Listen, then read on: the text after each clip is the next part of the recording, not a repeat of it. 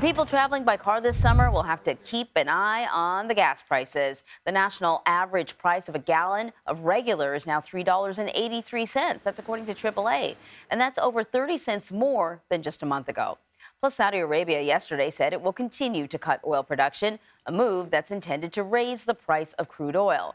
Another factor might surprise you, this summer's extreme heat. Our Kris Van Cleave has more from Washington. Hey, Kris. Good morning, Anne Marie. You know, that $3.83 a gallon is starting to sound like a deal in a lot of places in this country. Here at this gas station, over $4 a gallon. If you head out west, you have states flirting with $5 a gallon or more. We have seen the largest surge in prices of the year, and this is another example of how that high heat is costing you more. Oregon mom Kaylee Grenay says the rising cost of filling up to take her son to medical appointments is eating up so much of her family's budget, she found herself turning to food pantries to get by. So now I can only put in like a little bit of money at a time to get where I need to go. A month ago, the national average for a gallon of gas was about $3.53, but that was before prices started surging. How common is it for a 30-cent spike in a month?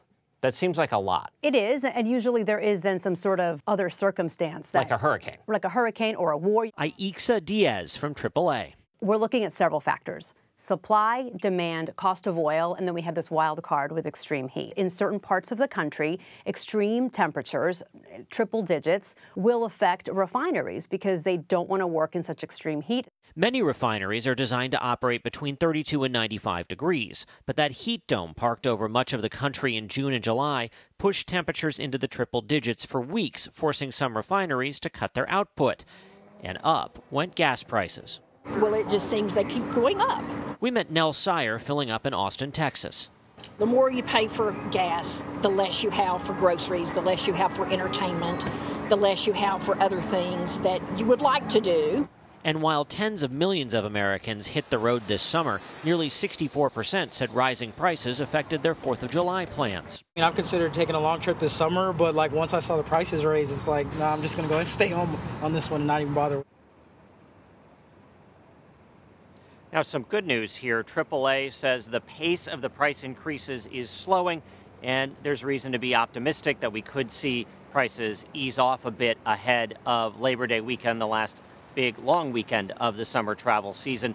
But there is one big question mark looming that could really impact prices at the pump, and that is hurricane season. A storm into the Gulf, for example, could push prices even higher, Anne Marie. Of course, for the same reasons that heat is a problem, because everything just grinds to a halt and there's no more processing of oil. So besides the temperature, which is pretty surprising, the way the temperature impacts the price of oil and gas, any other surprise factors?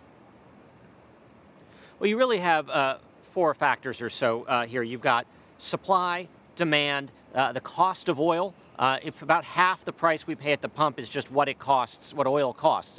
Prices of oil have ticked up over the last month. That's something that moves up and down. But that drives some of this. Certainly supply, availability.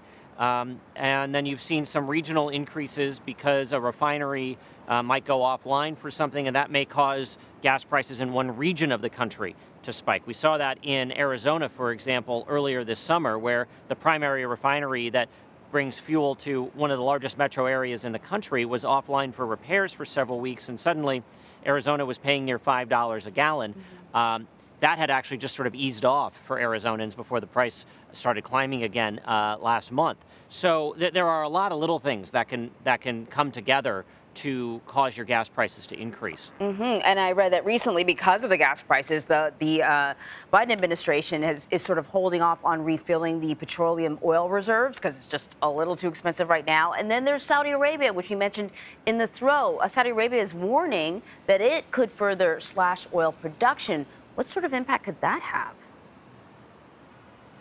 Well, certainly when you're talking about filling the strategic petroleum reserve, you want to be strategic about when you do that. And in the middle of a price surge might not be the right time. And we know that demand for driving goes down and kind of normalizes in the fall as people stop their summer road trips and kids are back in school.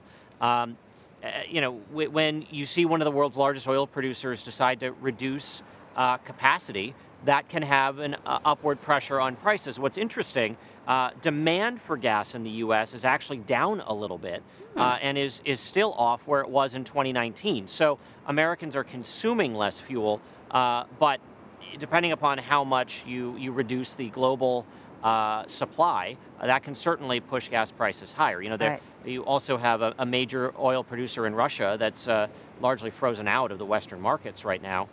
So there are, there's only so much supply, and supply and demand will always play into where the gas prices land. So true. And we're still all taking those road trips because, summer. Kris, thanks a lot.